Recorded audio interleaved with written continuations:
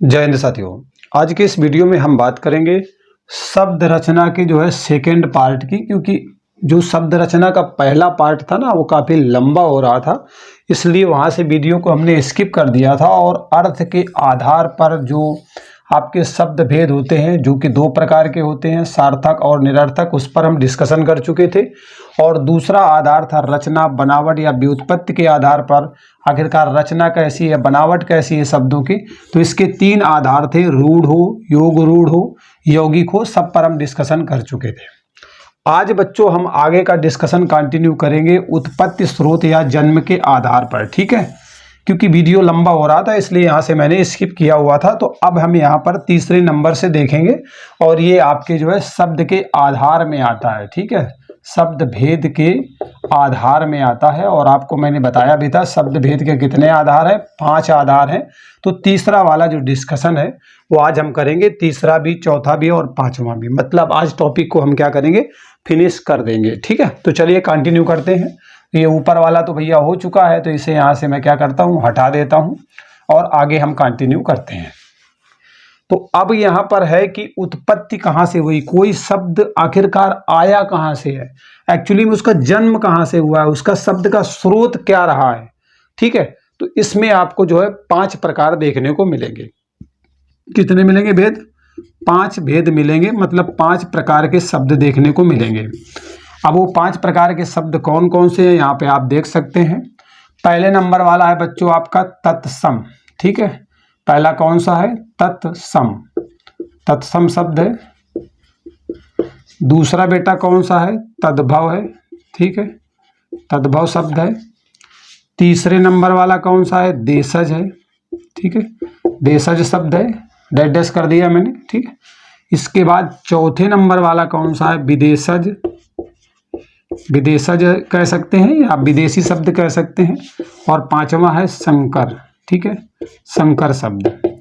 कहने का मतलब है कि जो शब्द एक्चुअली हम बोल रहे हैं, प्रयोग कर रहे हैं, उसका जन्म कहाँ से हुआ है, आखिरकार उसकी उत्पत्ति कहाँ से हुई है, आखिरकार वो शब्द आया तो उसका स्रोत क्या है। क्या भारत में ही जन्मा है, या फिर उसे हमने संस्कृत से लिया है, या संस्कृत से बदल करके लिया है, या विदेशी भाषा से लिया है, या दो भाषाओं को जोड़ करके बनाया है। तो उस आधार पर 5 प्रकार के शब्द हैं, वो यहाँ पर मैंने लिख दिया है।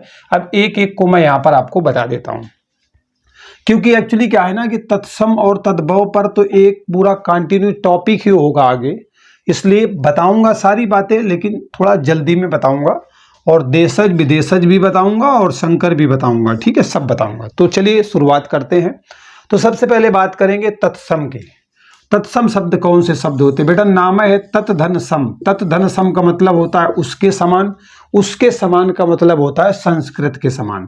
मतलब जो संस्कृत के शब्द हैं, ठीक है, जो आपके संस्कृत के शब्द हैं, जैसे आपके संस्कृत में दिए गए हैं वैसे हमने उठाया और सीधे अपनी हिंदी में प्रयोग करने लगे, कुछ भी बदलाव नहीं किया। मतलब संस्कृत के जो शब्द हैं उनका ज्यों का त्यों, जैसे हैं बिल्कुल वैसा ही प्रयोग हम अपनी हिंदी में करने लगे। तो बेटा वो आपके किस में आ गए? वो तत्सम में आ गए, ठीक है। मतलब संस्कृत शब्दों को ज्यों का त्यों, ज्यों का त्यों, ठीक है, ज्यों का त्यों हम अपनी हिंदी में प्रयोग करने लगे, तो वो बेटा आपके तत्सम शब्द है। जैसे पुष्प आपका क्या है?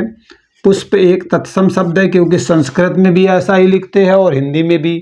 अग्नि भी है, आम्र भी है, ठीक है, अग्नि है, आम्र भी है, ठीक है। ये आपके क्या है बच्चों? तो ये आपके संस्कृत के शब्द है, और जैसे संस्कृत में वैसे ही उठा के हमने हिंदी में भी प्रयोग करना शुरू कर दिया, ये वाले तत्सम हो गए। एक तो भैया भेद आपका क्लियर हो गया। अब हम बात करते हैं तद्भव क्या होता है। बेटा जो तत्सम शब्द होते हैं ना, इनका बिगड़ा हुआ रूप होता है। तत्सम शब्द का क्या होता है? बिगड़ा रूप होता है, या दूसरी भाषा में मैं कहूं तो संस्कृत शब्दों का बिगड़ा हुआ रूप होता है। कुछ भी कहो, इधर से पकड़ो या इधर से पकड़ो, क्योंकि तत्सम शब्द आपके क्या है? संस्कृत के शब्द है जो ज्यों का त्यों हिंदी में आ गए। और तद्भव कौन से हैं? चाहे तत्सम शब्दों का बिगड़ा हुआ रूप कह लो, या क्योंकि जो तत्सम में है वही संस्कृत वाले हैं, या संस्कृत शब्दों का बिगड़ा हुआ रूप कह लो, बात वही है, ठीक। जैसे आपके मनो, कह लो, वैसे कोई दिक्कत नहीं। तो बिगड़ा हुआ रूप मतलब बिगाड़ बिगाड़ के उनका प्रयोग कर लिया हमने, अब वो आपके क्या हो गए बेटा, वो तद्भव शब्द हो गए। जैसे अभी यहाँ पर आपको मैंने क्या लिखा था, पुष्प, पुष्प को इतना बिगाड़ा कि हमने इसको फूल बना डाला। अग्नि को बिगाड़ते बिगाड़ते हमने आग बना डाला। आम्र को बिगाड़ते बिगाड़ते हमने पूरा पूरा आमे बना डाला। ठीक है, कहने का मतलब है कि ये संस्कृत के शब्द थे, इनको बदल बदल के हमने इस रूप में इनका हम प्रयोग वर्तमान में कर रहे हैं। तो ये जो वर्तमान में प्रयोग हो रहा है ये तद्भव में हो रहा है। मतलब संस्कृत शब्दों का बिगड़ा हुआ रूप क्या होता है, वो बेटा आपका तद्भव होता है। देशज क्या होता है, नाम ही है देशज। देशज का मतलब हो गया देश, और प्लस जा का मतलब होता है जन्म, मतलब जिनका जन्म कहाँ हुआ हो, तो देश में ही हुआ हो। जा मतलब जन्म लेना, देश का मतलब देश में, मतलब जो हमारे देश में ही जन्मे हो वो आपके क्या होते हैं, वो आपके बेटा देशज शब्द होते हैं। जैसे आपने खिचड़ी सुनी होगी ना, बोले बंदा बीमार है कई दिन से, पेट ठीक नहीं है, ऐसा करो इसके लिए खिचड़ी बना दो। ठीक है, तो खिचड़ी आपका देशज शब्द है, हम ही लोगों ने बनाया है। पंचमेल खिचड़ी भी सुना है। ठीक है, तेंदुआ, तेंदुआ भी जानते हो, लोटा भी जानते हो ना, लोटा, बोले सुबह सुबह लोटा लेके भाई कहाँ जा रहे हो, ये हमारी ही देन है शब्दों की। डिब्बा वगैरह जानते हो, मटका वगैरह, खिड़की वगैरह, ये सारे के सारे शब्द आपके देशज शब्द में आते हैं। अब बात आई विदेशज शब्द की, तो बेटा जो विदेशी भाषा के शब्द हैं, ठीक है, आपके जो है विदेशी भाषा के शब्द वो क्या कहलाते हैं, तो वो आपके बेटा विदेशज शब्द कहलाते हैं। मतलब विदेशी भाषा के ले आए हैं हम, प्रयोग कर रहे हैं। अगर अंग्रेजी का शब्द लेना चाहो तो आप डॉक्टर ले सकते हो, अंग्रेजी का शब्द है, धड़ल्ले से हम इसका प्रयोग कर रहे हैं, कोई दिक्कत नहीं है। स्कूल अंग्रेजी का शब्द है, लिख रहा हूं ना, इसे मार्कर बोलते हो, अंग्रेजी का शब्द है। ठीक है, मार्कर अंग्रेजी का शब्द है। पेन, पेन अंग्रेजी का शब्द है। ये अंग्रेजी के शब्द है, हिंदी में इनका प्रयोग खूब हो रहा है। लैंटर्न होता है अंग्रेजी में, लेकिन बदल डाला इसको भी, लालटेन बना डाला। बोतल को हमने बोतल बना डाला, कैप्टन को कप्तान तक बना डाला, ऑफिसर को अफसर बना डाला, हॉस्पिटल को तो अस्पताल ही बना दिया, ग्लास को हमने गिलास बना लिया, अब माइल को हमने मील बना लिया। मतलब हमने बदल भी डाला है, कोई दिक्कत नहीं है। अब ऐसा मत सोचिएगा कि विदेशी शब्दों को हमने अपने अनुसार बदल डाला, विकृत कर डाला तो तद्भव में चले जाएंगे। ना ना, तद्भव में नहीं जाएंगे, तद्भव में वही रहेंगे जो संस्कृत के बिगड़े हुए रूप आएंगे। इसलिए ये मत सोचना कि लैंटर्न का लालटेन बना लिया तो अब तद्भव में लेके चले जाएंगे, ना। संस्कृत वाला केवल परिवर्तन जो होगा वो तद्भव है, विदेशज वाला बदल डालो, कुछ भी कर डालो, वो रहेगा विदेशज में ही। ठीक, तो ये बात भैया समझ में आ गई। अब आगे बढ़ जाते हैं अगले आधार पर। अच्छा हाँ, संकर वाला है। संकर में क्या होता है, इसमें बेटा दो भाषा के शब्द मिलते हैं। ठीक है, दो भाषाओं के शब्द मिलते हैं, दो भाषाओं के शब्द आपस में मिलते हैं और एक नया शब्द का निर्माण करते हैं, वो संकर होता है। जैसे मैंने बोला रेलगाड़ी, तो रेल और गाड़ी दोनों से मिलकर के बना, रेल प्लस गाड़ी से मिलकर बना। गाड़ी बेटा हिंदी का शब्द है और रेल आपका अंग्रेजी का शब्द है, दोनों मिला के रेलगाड़ी बना लिया। बैलगाड़ी बना लो भैया, बैल, बैल जानते हो ना, गांव में जो है बैल है ना, बैलगाड़ी, तो बैलगाड़ी बन गई इस तरीके से दो शब्दों से मिलकर के। तो इस तरीके से दो भाषाओं के जब शब्द आपस में मिलकर के बनाते हैं, किसी तीसरे शब्द का निर्माण करते हैं, तो वो आपका क्या होता है, वो संकर शब्द की कैटेगरी में आता है। तो इस तरीके से जहां पे मिल जाए तो समझ लेना वहां पर आपका संकर शब्द है। अब अगला आधार कौन सा है उस पर बात करते हैं। अगला आधार है शब्द शक्ति के आधार पर। ठीक है, तो अब शब्द शक्ति वाला डिस्कस करते हैं, बाकी को कर देते हैं साफ और शब्द शक्ति पर जो है सीधे हम चलते हैं। ठीक, चलो, तो ये बात भैया यहाँ पर आपको समझ में आ गई कि आखिरकार जन्म कहाँ से हुआ, स्रोत क्या रहा है, उत्पत्ति कैसे हो गई इन शब्दों की, तो वो तो भैया आपने सब जान लिया अच्छी तरीके से। अब किसकी बारी है, अब अगला नंबर है शब्द शक्ति के आधार पर। तो शब्द शक्ति के आधार पर जो आपके शब्द है ना, वो तीन प्रकार के देखने को मिलेंगे। कितने प्रकार के, तीन। मतलब शब्द का अर्थ बोध कराने वाली शक्ति जो होती है वो शब्द शक्ति होती है और तीन रूप है। पहला है अभिधा रूप, अभिधा रूप। ठीक है, शब्द का कौन सा रूप है बेटा, अभिधा रूप है। दूसरा कौन सा है, लक्षणा है। ठीक है, लक्षणा है, चल्ला बना देता हूं सही से, लक्षणा है। और तीसरा कौन सा है, व्यंजना है। ठीक है, तीन रूप हैं, रूप लगा लीजिएगा। ठीक है, मतलब शब्द शक्ति के आधार पर जो आपके शब्द होते हैं ना, वो 3 प्रकार के होते हैं। एक तो शब्द की अभिधा रूप भी होता है, लक्षणा भी होता है और व्यंजना भी होता है। एक एक करके इन पे कंटिन्यू डिस्कशन कर लेते हैं, जिससे बढ़िया से समझ में भाई आ जाए। बेटा, जिन शब्दों का अर्थ आपको सरलता से समझ में आ जाए, मतलब सीधा साधा अर्थ हो ना, सीधे साधे लोग आप हैं, सीधा साधा अर्थ हो, तो समझ लेना कि मामला कौन सा है।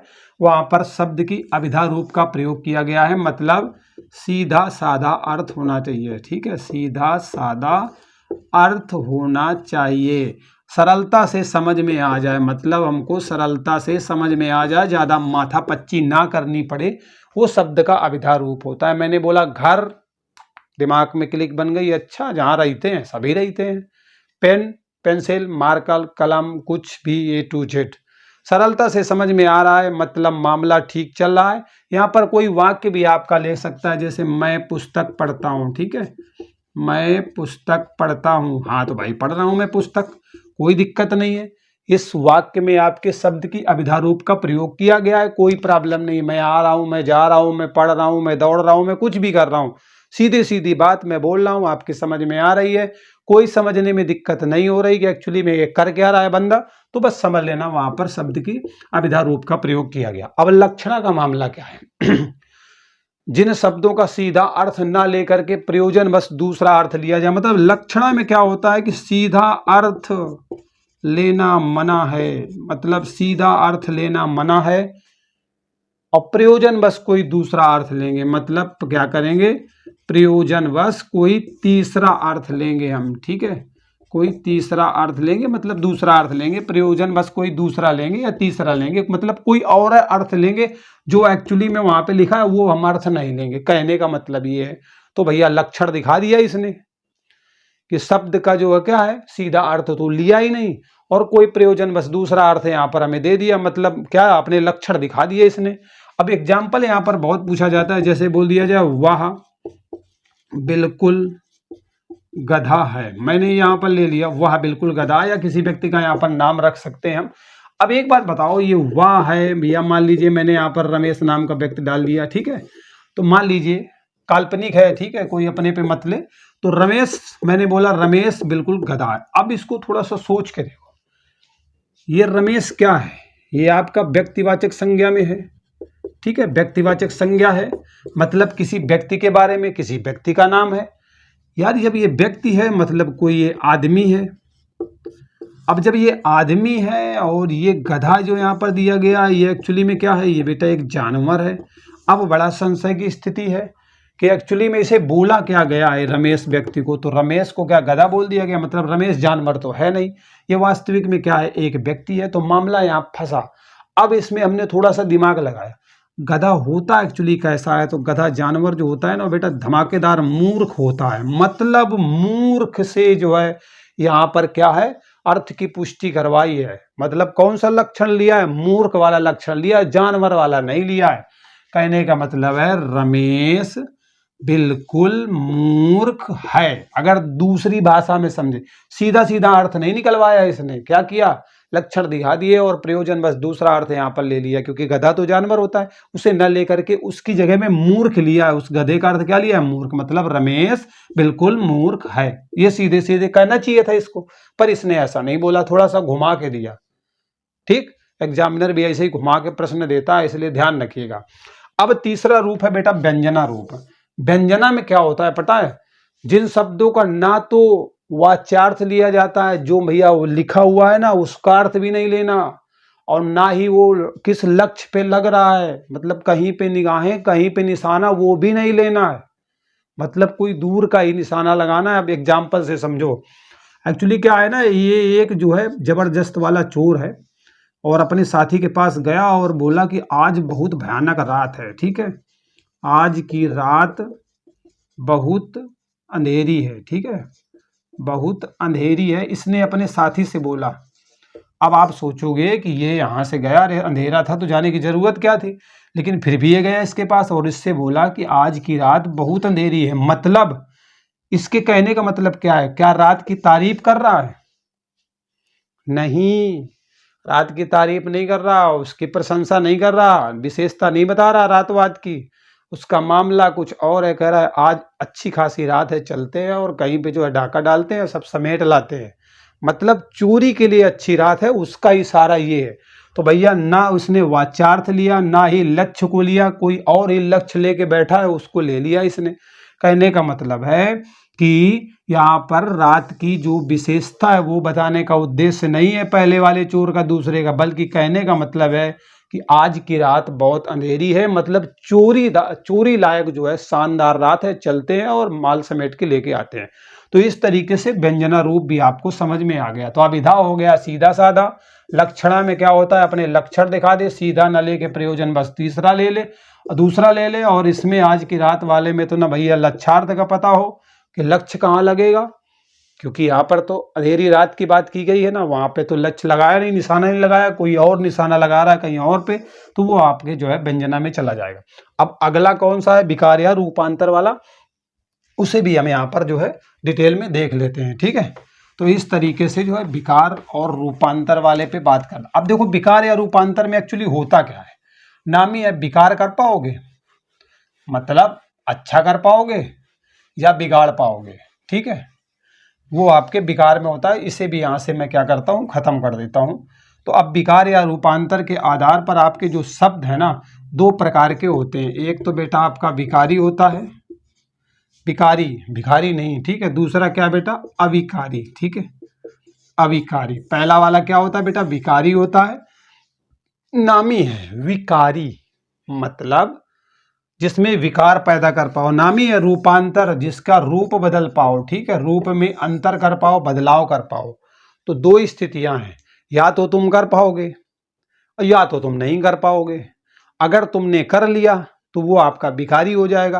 कहने का मतलब है कि जिन शब्दों में आप क्या करो लिंग के अनुसार बदलाव कर पाओ, मतलब पुल्लिंग का स्त्रीलिंग बना लो, स्त्रीलिंग का पुल्लिंग बना लो, या फिर वचन के आधार पे परिवर्तन कर पाओ, एक वचन का बहुवचन बना लो या बहुवचन का एक वचन बना लो, या फिर कारक के अनुसार परिवर्तन कर पाओ। मतलब कह रहा है कि जिस भी शब्द में आप लिंग के अनुसार पुल्लिंग स्त्रीलिंग में बदलाव कर पाओ, एक का बहुवचन बहुवचन का एक वचन बना पाओ, कारक के अनुसार परिवर्तन कर पाओ, कर्ता ने कर्म को करण से संप्रदान के हिसाब से कर पाओ, तो समझ लेना वो आपके किस में आते हैं, तो भैया वो विकारी शब्द में आते हैं।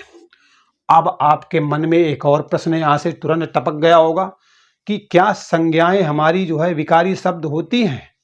तो हाँ होती हैं, क्योंकि मान लो मैंने यहाँ पर लड़का लिखा, लड़का एक संज्ञा है, इसे मैंने बदल करके क्या बना दिया लड़की बना दिया, मतलब ये आपका पुल्लिंग में था, इसे मैंने स्त्रीलिंग में बदलाव कर लिया, मतलब लिंग के अनुसार मैंने परिवर्तन कर लिया।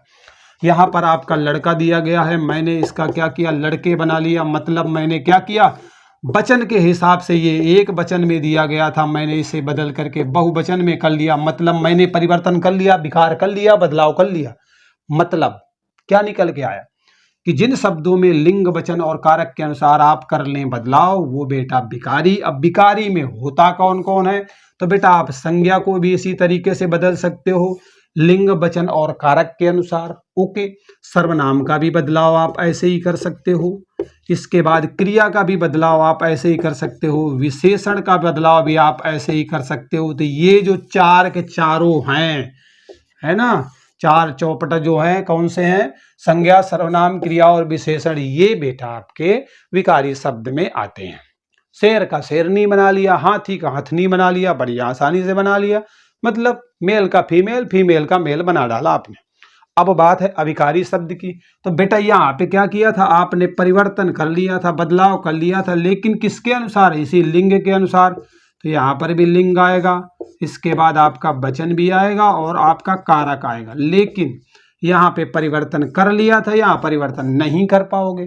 बस मतलब जिन शब्दों में लिंग वचन और कारक के अनुसार कोई परिवर्तन एक्चुअली होता ही नहीं, विकार कोई पैदा नहीं होता, रूपांतर हम कर ही नहीं पाएंगे, वो बेटा आपके अविकारी शब्द होते हैं। अब जैसे मैंने बोला आगे, अब देखो क्या है आगे, अब आगे को क्या लिखोगे, मैंने मान लीजिए कि रमेश मेरे से आगे है।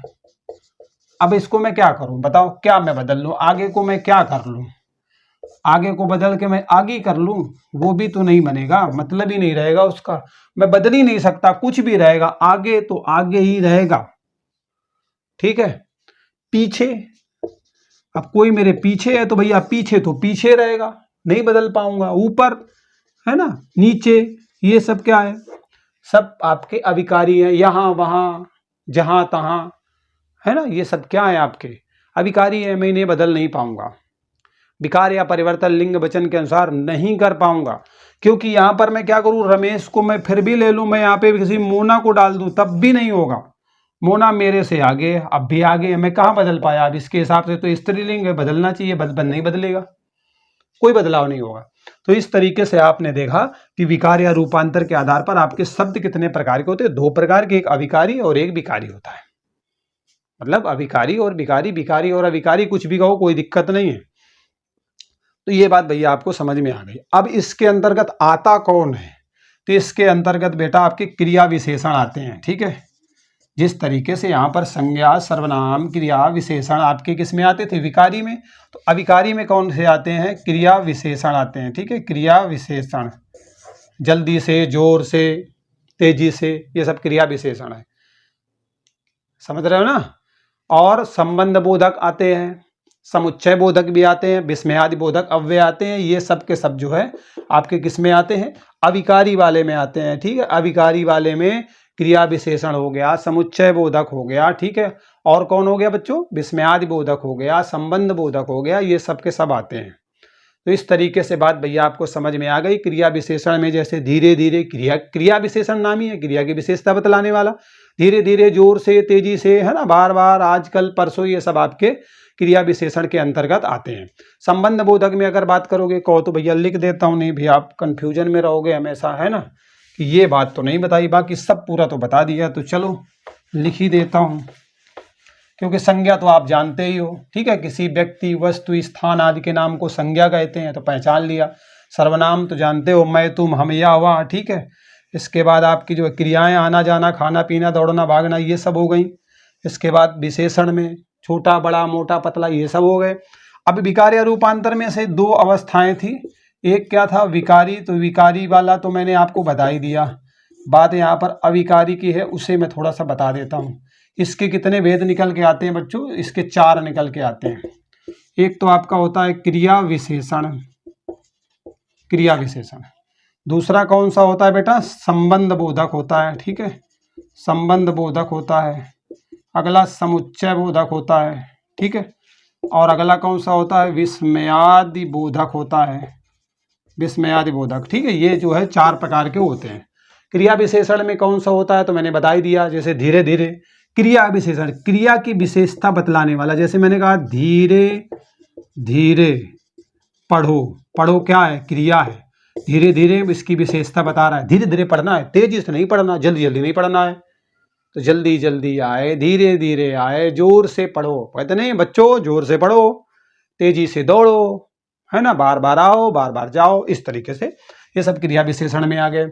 अगर बात करेंगे समुच्चय बोधक में, तो इसमें क्या, समुच्चय नहीं, संबंध, अच्छा संबंध बोधक। ठीक, संबंध बोधक में क्या करेंगे, संबंध बतलाने का काम करेगा। जैसे मे से पर, के ऊपर, के नीचे, के आगे पीछे, संबंध दर्शा रहा है। मोना मेरे से आगे, सोना मेरे से पीछे, ये वहां पे, इस तरीके से ये आपके क्या हो जाएंगे, मे से पर हो गया, के ऊपर, के नीचे, के आगे, के पीछे, संबंध बोधक में आ गए।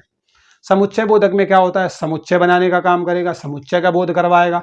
जैसे और, परंतु, किंतु, लेकिन, है ना, और, परंतु, किंतु, लेकिन, ये इसमें आएंगे। और, परंतु, है ना, किंतु, लेकिन, ये सब के सब किस में आएंगे, समुच्चय बोधक। विस्मयादि बोधक में आपको कौन से मिलेंगे, वाह, हाय, क्या बात है, वाह, मजा आ गया, हाय, वो हम मर गया, है ना, इस तरीके के जो है ये सब के सब इसमें आएंगे। जैसे राम राम, या खुदा वगैरह, ये सब विस्मयादि बोधक अव्यय में आएंगे। तो इस तरीके से जो है शब्द रचना का बेटा हो गया समापन। ठीक है, तो शब्द रचना का हो गया समापन। अब बारी है विज्ञापन की, ध्यान रखना बेटा, लाइक करके जाना, ठीक है, कमेंट भी करना, चैनल को सब्सक्राइब भी करना। मिलते हैं अगले वीडियो में एक नए अपडेट के साथ, तब तक के लिए बाय बाय।